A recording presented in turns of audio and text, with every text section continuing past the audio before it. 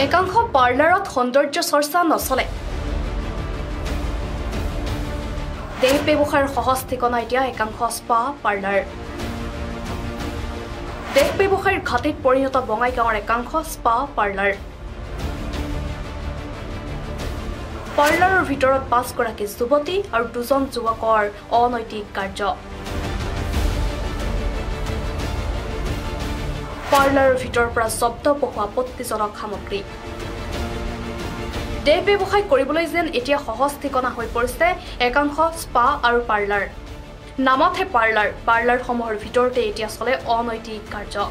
শেহতীয়াকৈ দেহ ব্যৱসায়ৰ ঘাটিত পৰিণত বঙাইগাঁৱৰ একাংশ স্পা আৰু পাৰ্লাৰ। জিলাখনৰ উইংছ ইউনিছেক্স পাৰ্লাৰত আৰক্ষীৰ অভিযানত ৫ গৰাকী যুৱতী আৰু ২ যুৱকক আটক কৰে আৰক্ষীয়ে।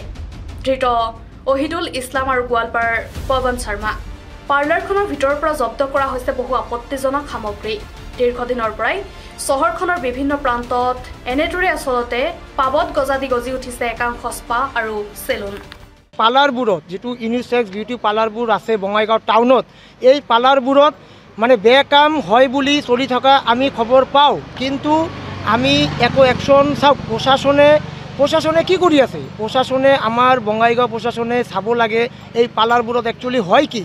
আজি আপোনালোকে নিজে গম পালে, আজি আপোনালোকে ইয়াতে উপস্থিত আছে, ইমান ৰাতি হৈ গ'ল, আপোনালোকে গম পালে পুলিচে ৫টা ছোৱালী আৰু 2টা ল'ৰাক লৈ গ'ল। ইহঁতক কিয় লৈ গ'ল?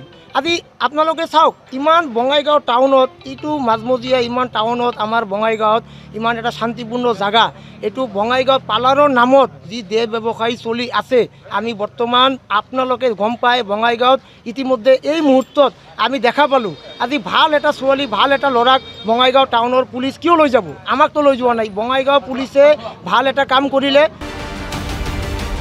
নিউজ ডেস্ক ৰিপৰ্ট কাৰেণ্ট ৰেণ্ড আছাম।